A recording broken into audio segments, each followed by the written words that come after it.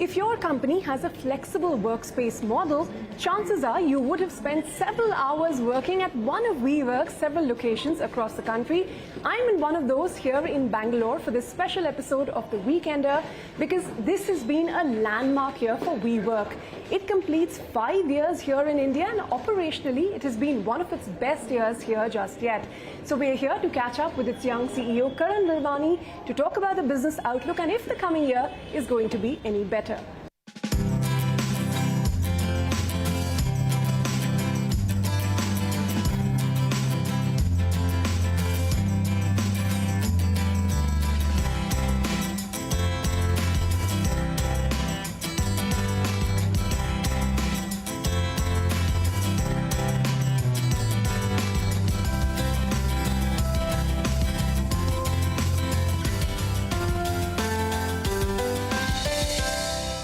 Hi Karan. Hi, nice to meet you. Thank you for your time on The Weekender. Thank you so much. You mark 5 years this year. It's the end of the year. So I just wanted to start by asking you what the journey has been like because, you started and then there was a pandemic. Nobody would have seen that. Right. So in this very short journey, there must have been some highs and lows. So if you could take us through how it's been working here. Yeah, it's been honestly a crazy ride. We started 5 years ago in 2017 with our first building on Residency Road in Bangalore. And since then, not only has it been a crazy journey building the business, but a lot of external stuff that's happened, to us. That's made it a lot global. Yeah, I mean, not just that. I think the pandemic to also begin with, which had its impact on the business, and then I think prior to that, there was the NBFC crisis in India as well, which had an impact on our business. Yeah. So we have gone through a decent amount of challenges just in 5 years, but today we sit with really strong business. Our business is almost 6 million square foot across the office space across the country. We have about 41 locations that we've opened in the last 5 years and about 60,000 members that are within our spaces at any given point in time. And our buildings are about 90% full now. So, to kind of see us, we were spiking a lot between 2017 to 2019, and then the pandemic hit, and suddenly there was this huge vacuum, and we were not used to our spaces being, how empty they were. But today, to see life back in the spaces, to see that the segment itself has grown so much, and COVID has just completely flipped the switch on people's adoption towards this type of model for work. You've summarized my first 10 questions, but let me try and get more out of you in terms of operationally the year has been a good one for you. You've finally turned profitable, and I won't say finally actually because it's only been 5 years. But is this kind of growth trajectory now going to be sustainable? What kind of revenues are you currently clocking in? Yeah, for sure. So we were actually profitable just before the pandemic hit as well, and that year would have been a great year for us if it hadn't happened. So it took us about 18 months to recover from that. And since last November, we have been profitable as a business. And we ended this year with close to about 180 crores in profit and EBITDA this calendar year and about 1,300 crores of revenue. And that revenue is almost doubled from last year? Almost? Yeah, pretty much. It's like 70% up from last year. And just in the last 5 years, it's grown 46 times. Okay, but what is driving this kind of a growth? Because you're coming on a smaller base also, because last year would have been harder because of the pandemic. Yeah. So I think that the biggest change that we've seen is a huge amount of adoption to the model from large enterprises that has, surprised us, I would say, over the last 2 years. Companies that probably never considered flex as a way of working or an option are doing it already, and they're coming in a big way. And at the same time, I think the Indian ecosystem itself has matured a lot, as well as, companies are actually building good businesses. So those businesses have actually grown within our spaces. You know, a lot of businesses who started off with 3-4 desks, you know, now 100-200 people companies. It just shows the strength of the Indian ecosystem and like what's happening in India. And Indian entrepreneurship, I think, is... We'll get to what's happening in India and how that impacts your business. But, you know, compared to what happened during the pandemic time, footfalls, occupancy levels, how have they changed pre-pandemic and from the pandemic? What has been the uptick, so to speak? So, honestly, this is the highest occupancy we've ever had. In your 5 years? In the entire 5 years. Okay. And we've seen actually footfall come back also to pretty much pre-pandemic levels. But there is definitely a change in behavior and how people are working. People are doing, you know, are much more flexible during the week, and companies are also giving that flexibility. So you'll actually see Tuesday, Wednesday, Thursday as like the most amount of footfall in the buildings, versus Monday and Friday is much lighter. What do you do with the building on the weekends? We have members actually who work, you know, Saturdays and Sundays. And actually one of the things that came out of the pandemic as a revenue stream for us is shoots, like movie shoots and TV show shoots. Exactly. So you might have seen many shows now that have our office in the background. And actually that's, you know, just showing an interesting trend of what even people perceive as the office versus what it used to be, you know. Tell me, in terms of your expansion plans, you said about 6 million square feet of office space as of now. Where do you hope to go in the next 1 year? A number of desks that you're looking to add, and will you continue to be in these 6 locations only? So as a brand, our focus continues to be in the metro cities. That's for the near term, or near to long term. That's really where we want to be. We see most of the demand and the type of talent that our the companies that house within a WeWork space will continue to grow in these sort of 6 cities. So we want to continue to be there. And in terms of expansion, by March, basically by the end of this financial year, we'll be at about 75,000 desks, which is that 6 to 6.5 million square foot. And we'll be adding about 20,000 desks in the following year. So, by the next financial year, which is FY 23-24, we should end at between 95 to 100,000. Okay, and I read somewhere that you have some sort of a heat map to see where the demand is going to come from, and accordingly you'll set up, WeWork offices in those locations, something of that sort? Oh no, so we are trying to understand our users better within the space. So we are, we've partnered with StackU to run a spatial analytics program that uses a lot of the CCTV footage that we have in the buildings to tell us whether the spaces we've designed are actually being utilized the way that we thought they would be utilized. So a common area space where we've maybe put a lounge or a huddle space, is it actually being used in that manner, or is it not being used? And in the future, can we shift that around to make it something that actually would be more usable? And also when we design future buildings, to make our design a lot more user-friendly and efficient.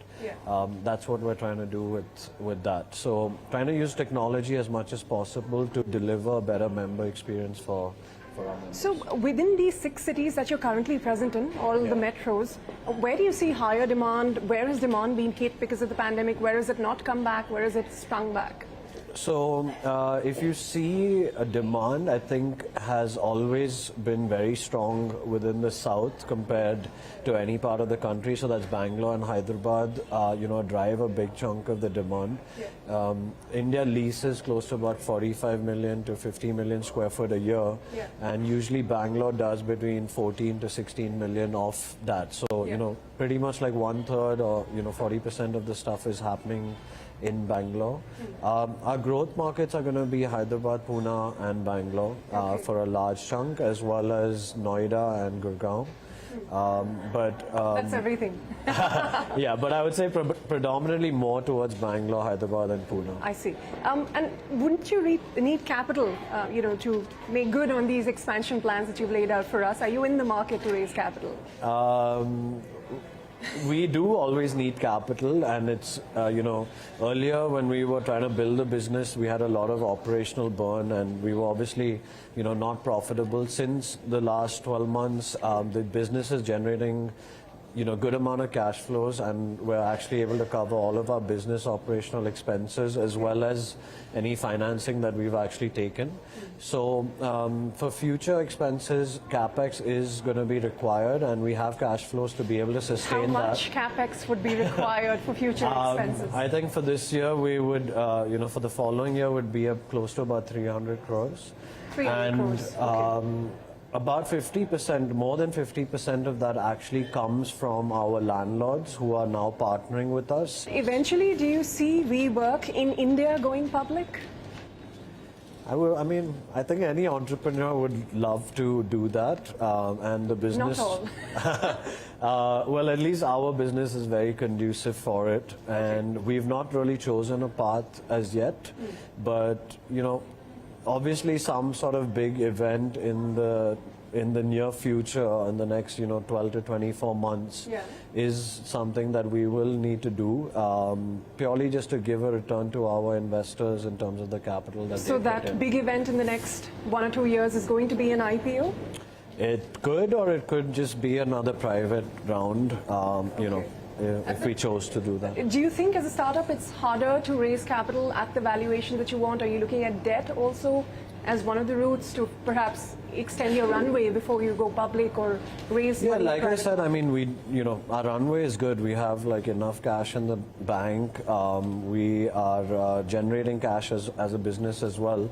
So that way we're fine, and we do get low-cost debt for some of the capex that we do. Yeah. These are more asset-light structures. However, and that's really all we need money for. What about the global company WeWork?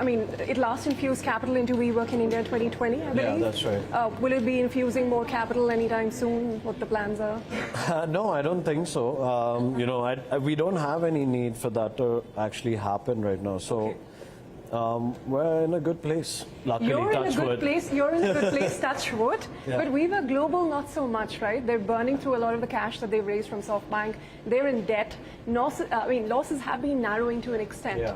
But, the recession in the US, the tech layoffs that have been happening, all that doesn't augur well for business. Yeah. Are you concerned at every level? Is it going to impact operations in India as well? I am not concerned at all. I really can't comment on WeWork Global. All I can tell you is that I know that every single market is actually following suit to where we are right now, in the sense that, people are coming back, occupancies are filling up, and, it's a matter of time before they reach also pretty high occupancy levels. Yeah. The adoption that we're seeing in India is happening at a global level and not just here. I think that we are just a little bit smaller than some of the other markets, so it was a lot easier and faster for us to get there, and we did focus a lot more on our unit economics right from the start. However, that being said, Europe is doing amazing, Japan is doing incredible, Latin America I know is doing incredible. But right now, given that startups are a big customer for you, right? And with what's going on with them, there's layoffs, there's restructuring, in the worst cases they're shutting down in businesses as well. How has that impacted business for you? So, it's interesting, right? When things are super uncertain, our model actually makes the most sense. It moves people away from having more fixed and traditional and capital intensive type of options to a much more flexible, asset light, scale up, scale down type of solution, which is very much needed when things are very, very, very uncertain. And I think that's what happened through COVID. People started to realize that they were holding on to all of these spaces that they couldn't go to, and then they were paying for it.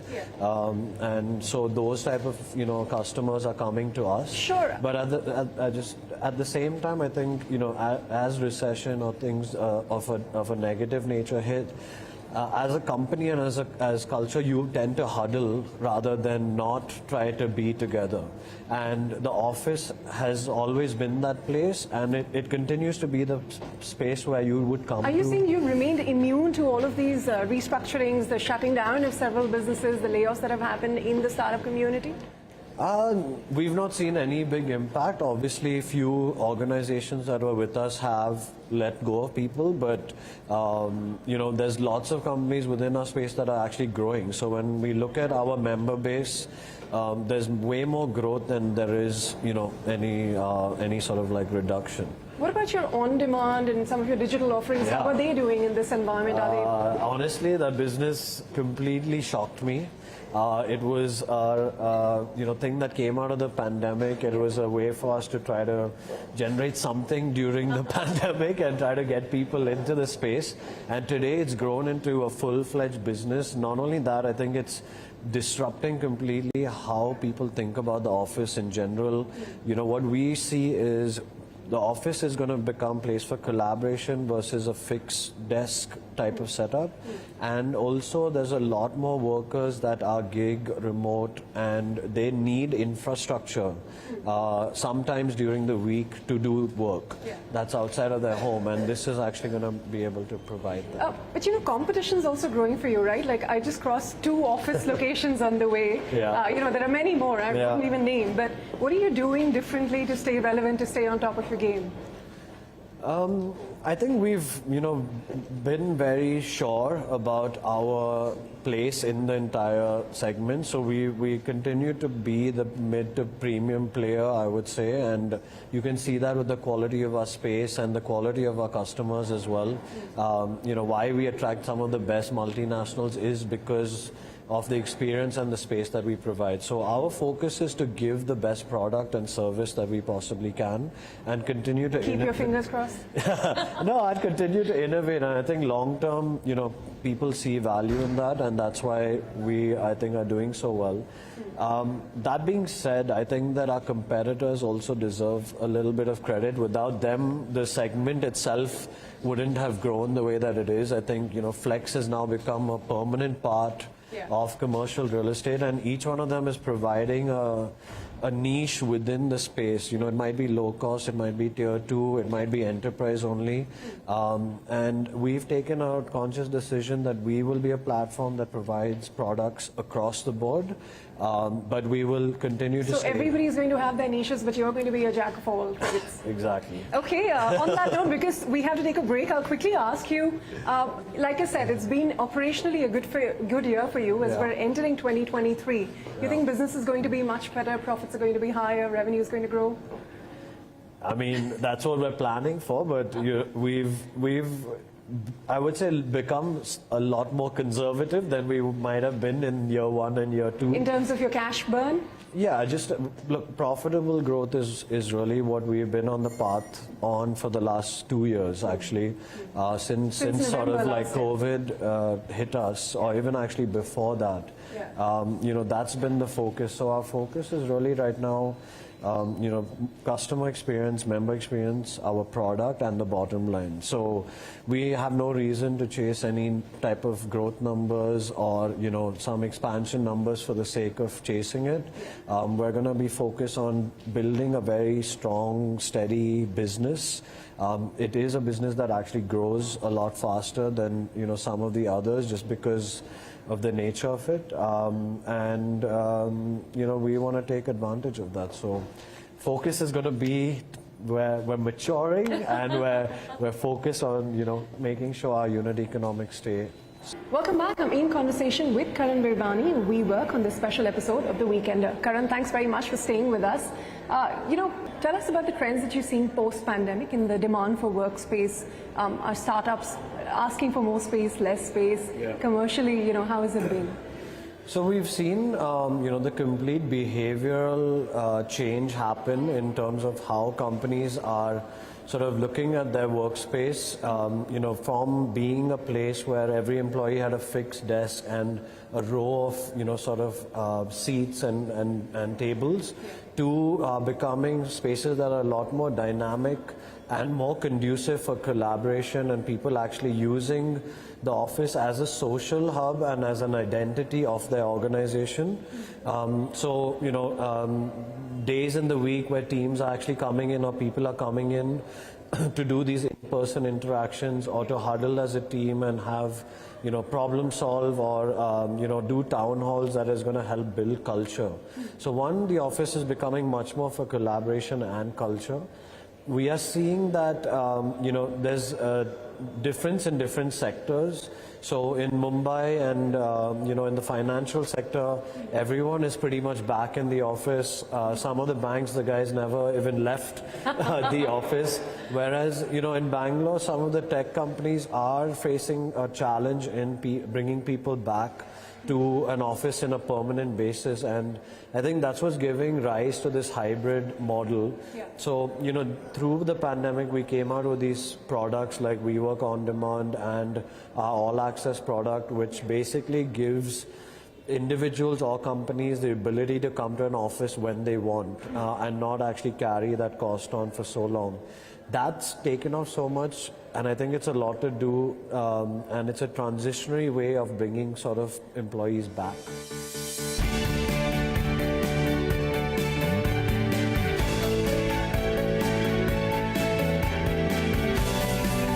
Right, thanks, Karan. Thanks for staying with us. In this segment, we want to know who you are outside of WeWork. So let me start by asking you, who is Karan Virwani, if not the CEO of WeWork?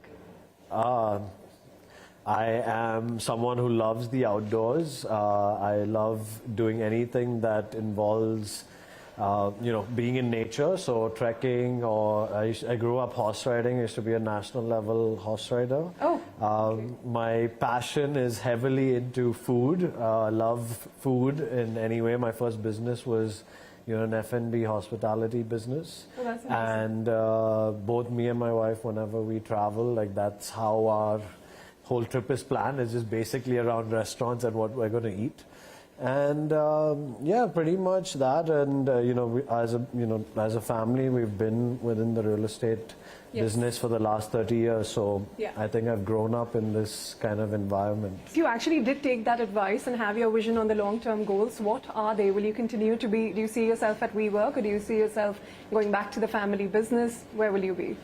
I think this is something that my journey, I think, generally is to try to build things that will last longer than me. So, whether it's WeWork or, 10 years later, whether it's something completely different.